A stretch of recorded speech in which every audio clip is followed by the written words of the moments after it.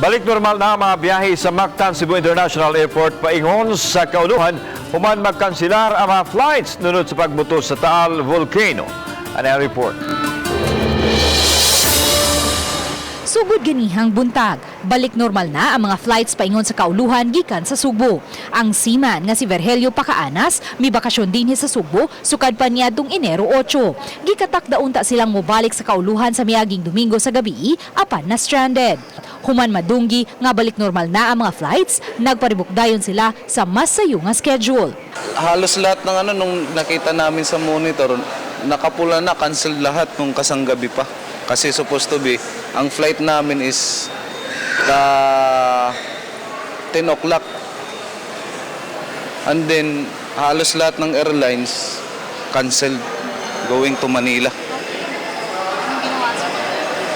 Wala kaming magawa kundi maghintay ng advice. Mato ni Abigail Ratcliffe, Corporate Communications Junior Manager sa GMCAC, nga gilao Manila ang paghugup sa mga pasahero karong adlaw, human ipahibaw nga balik normal na ang mga flights. We are hoping unta gyud na kanang the situation will kanang get better na gani sa katong Taal volcanic activity, but so far sa tuwa karon wala tay mga any canceled flights today sa katong mga pa-Manila na flights, wala ra tay cancellations, but aduna lang tay mga delays kay tungod kay naghinahinay pa man ang naiya sa ilahang pag-resume sa ilahang mga on-ground activities. Gahapon, upat ka mga international flights nga paingon unta sa naiya ang gidivert dinhi sa Mactan Cebu International Airport, human temporaryong gihunong ang airport operation sa kauluhan. Usa ka libo ka mga pasahero gikan sa San Francisco, USA, Los Angeles, California ug Papua New Guinea ang apektado.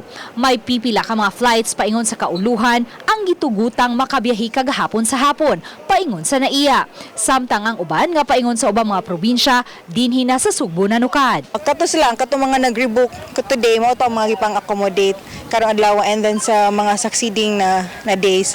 Ang mga karong mga passengers gipaningkamutan gid sa mga airlines gyud na ma-accommodate sila sa ilang mga flights karong adlaw.